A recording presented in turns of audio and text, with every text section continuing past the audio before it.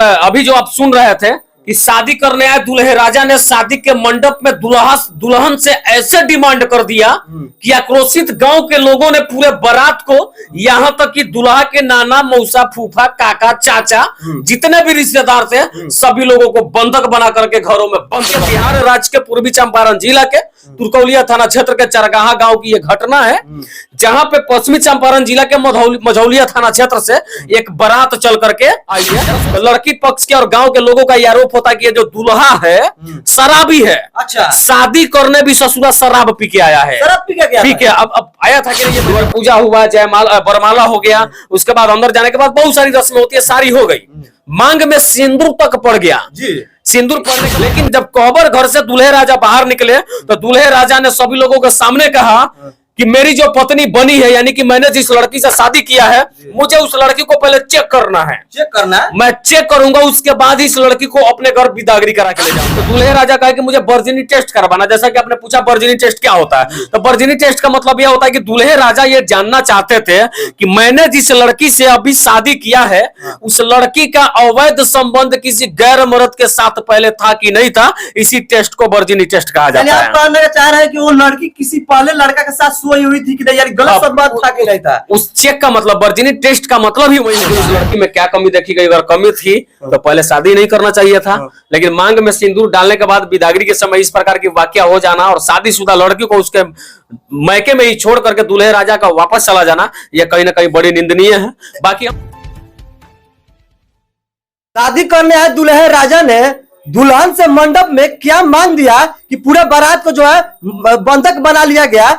इसी विषय पर हम संजीत भैया से बात करेंगे और आपको पूरा सच्चाई जो है इनका शादी का बताने का प्रयास करेंगे। संजीत भैया, बिल्कुल बिल्कुल, आप अभी जो आप सुन रहे थे कि शादी करने आए दूल्हे राजा ने शादी के मंडप में दुल्हन से ऐसे डिमांड कर दिया कि आक्रोशित गांव के लोगों ने पूरे बारात को, यहां तक कि दूल्हा के नाना, मौसा, फूफा, काका, चाचा, जितने भी रिश्तेदार थे सभी लोगों को बंधक बना करके घरों में बंद कर दिया। और कहानी एक दिनों का नहीं है, बात केवल बंधक तक का भी नहीं है। दूल्हा को लगातार उसके रिश्तेदारों के साथ कमरा में, जो घर कहा जाता है, घर में 4 दिनों तक बंधक बना करके रखा गया था। अच्छा, 4 दिनों तक बंधक बना कर रखा था।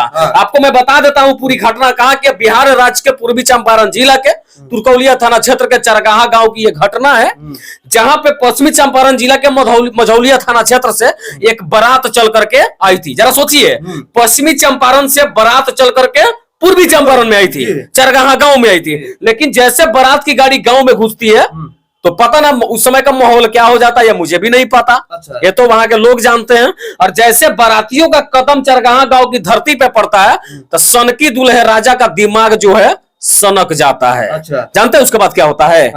होता यह है कि जैसे जब गांव में जब बारात आती है तो दरवाजा लगाया जाता है, दरवाजे पे बारात जाती है, उसके बाद जो होता है द्वार पूजा होता है। तो द्वार पूजा के लिए जैसे दूल्हा राजा को लाएगा, वहां पे लड़का और लड़की पक्ष के लोगों के द्वारा, चूंकि बदलता हुआ बिहार और बिगड़ता हुआ तस्वीर देखिए कि हर शादी में बिना मार हुए तो शादी होगा ही नहीं, होता ही नहीं है। या वो मार लड़का लड़की पक्ष के लोगों में हो जाए, चाहे ऑर्केस्ट्रा में हो जाए, लेकिन मार तो होना है। किसी बात को लेकर के अनबन हो जाती है तो लड़की पक्ष के और गांव के लोगों का यह आरोप होता है कि ये जो दूल्हा है शराबी है। अच्छा। शादी करने भी ससुरा शराब पी के आया है। शराब पी के गया? ठीक है, अब आया था कि नहीं ये मैं नहीं पता, मुझे नहीं पता, लेकिन प्रिंट मीडिया के हिसाब से मैं खबर बता रहा हूँ कि गाँव के लोग यह आरोप लगा रहे थे कि ये जो दूल्हे राजा है शराबी है, और शादी के दिन भी दूल्हे राजा शराब पी के आए हैं।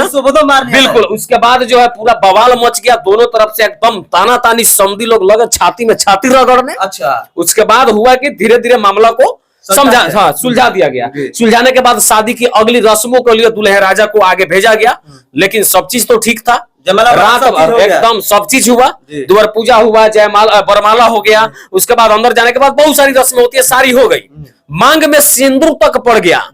सिंदूर पड़ने के बाद एक कोहबर, एक रस्म होता है जहां पे कुल देवता के पास लड़का लड़की को बैठाया जाता है। वहां पे लड़का लड़की को एक दूसरे को जानने का थोड़ा सा मौका मिलता है, और पता ना कोहबर घर में जाने के बाद दूल्हे राजा ने दुल्हन में क्या कमी देखा, क्या उनका चाल ढाल देखा, ये तो किसी को नहीं पता, हो तो दूल्हे राजा ही बताएंगे। हालांकि उनसे भी जानने की हमारी छोटी सी प्रयास रहेगी। लेकिन जब कोहबर घर से दूल्हे राजा बाहर निकले तो दूल्हे राजा ने सभी लोगों के सामने कहा कि मेरी जो पत्नी बनी है, यानी कि मैंने जिस लड़की से शादी किया है, मुझे उस लड़की को पहले चेक करना है। चेक करना है? मैं चेक करूंगा, उसके बाद इस लड़की को अपने घर बिदागरी करा के ले जाऊंगा। चेक का मतलब मैं बता रहा हूँ, बहुत सारे लोग गलत भी समझते होंगे, लेकिन दूल्हे राजा ने यह कहा था कि मुझे इस लड़की को टेस्ट करना है, और टेस्ट का मतलब वर्जिनी टेस्ट का मांग किया। वर्जिनी टेस्ट का मांग क्या होता है भैया? देखिए, वर्जिनी टेस्ट का मतलब होता है कि दूल्हे राजा को किसी बात को लेकर के अपने दुल्हन पे शक था, शादी होने के बाद भी शक था, बिदागरी कराने से पहले शक हो गया था, तो दूल्हे राजा कहे कि मुझे वर्जिनी टेस्ट करवाना। जैसा कि आपने पूछा वर्जिनी टेस्ट क्या होता है, तो वर्जिनी टेस्ट का मतलब यह होता है कि दूल्हे राजा ये जानना चाहते थे कि मैंने जिस लड़की से अभी शादी किया है, उस लड़की का अवैध संबंध किसी गैर मर्द के साथ पहले था कि नहीं था। इसी टेस्ट को वर्जिनी टेस्ट कहा जाता है। आप कहना चाह रहे हैं कि वो लड़की किसी पहले लड़का के साथ सोई हुई थी कि नहीं, यानी गलत संबंध था कि नहीं था। उस चेक का मतलब, वर्जिनी टेस्ट का मतलब ही वही होता है कि लोग जानना चाह रहा था कि इस टेस्ट के माध्यम से मुझे पता लगेगा कि इस लड़की का किसी दूसरे मर्द के साथ अवैध संबंध, यानी कि उसको देहाती भाषा में गलत काम कहा जाता है, कि गलत काम किया था कि नहीं, इसी को वर्जिनी टेस्ट कहा जाता है। लेकिन जैसे दूल्हे राजा का यह डिमांड हुआ, तो आज तक तो सभी लोग जानते होंगे कि दहेज के चलते बारात वापस जाती है, दहेज के चलते समधी समधी में पटका पटकी, मारा मारी, लाता लाती सब होता है। लेकिन इस टेस्ट के वजह से पूरे गांव का माहौल बदल गया, और जैसे ही दूल्हे राजा ने कहा कि मुझे मंडप में इस दुल्हन को चेक करना है कि इसका अवैध संबंध गैर मर्द के साथ था कि नहीं था, इस बात को सुनते गांव के लोग जो है आक्रोशित हो गए, परिवार के लोग जो आक्रोशित हो गए, और आक्रोशित लोगों ने पूरे बारातियों के साथ दूल्हे राजा के मामा फूफा नाना मामा जितना भी रिश्तेदार था सबको पकड़ के बंधक बनाया, और बंधक बना के एक घर में जो है बंद कर दिया था। क्या हुआ? देखिए, जैसे उस बंधक बनाया गया, उसके बाद इस बात की जो चर्चा है सभी जगह होने लगी।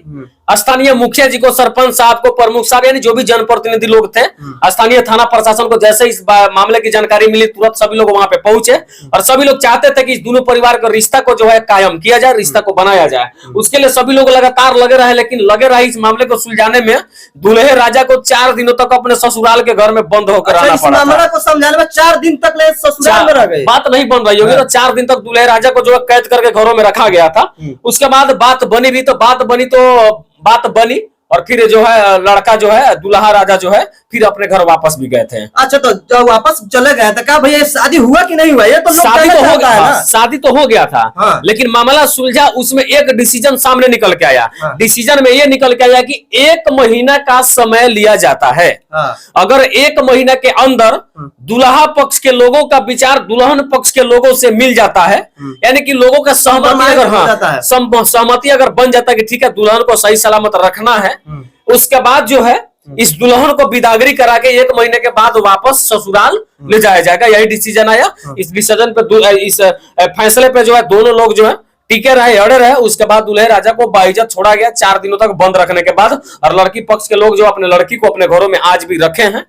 बस तो अभी तक जो मामला है यहीं तक टिका हुआ है, यानी अभी 1 महीना का इंतजार करना होगा। अगर 1 महीना के बाद बात बनती है तो लड़की फिर अपने ससुराल जाएगी, और नहीं बनती है तो यह शादी जो है टूट जाएगी। अच्छा, आपने कभी ये सुना था कि दहेज के लिए और चाहे ऑर्केस्ट्रा में मार हो जाता है, चाहे कुछ मारवा में किसी कपड़ा उपड़ा के लिए मार हो जाता है तो बारात फिर जाता है, लेकिन आज पहली बार जो ये सुन रहा है, क्या कहेंगे इसके बारे में? देखिए, ऐसी घटना तो शायद हम लोग कभी नहीं सुने थे। मेरे दर्शक भी शायद नहीं जानते होंगे कि इस प्रकार की भी घटना होती है कि दूल्हा का है, दुल्हन को भी बिल्कुल चौंकने वाली, जो भी सुनेंगे चौंक जाएंगे कि शादी हो गया तो फिर कहाँ नहीं ले गया। लेकिन इसमें सबसे बड़ी बात वही थी कि दूल्हा कहा था मंडप में कि मुझे दुल्हन को चेक करना है, टेस्ट करना है, उसके बाद मैं फिर इसको लेकर के अपने घर जाऊंगा। यही सबसे बड़ी बात थी। इस वजह से ही शादी में बाधा विघ्न उत्पन्न हो गई। आखिर उस लड़की में क्या कमी देखी गई? अगर कमी थी तो पहले शादी नहीं करना चाहिए था।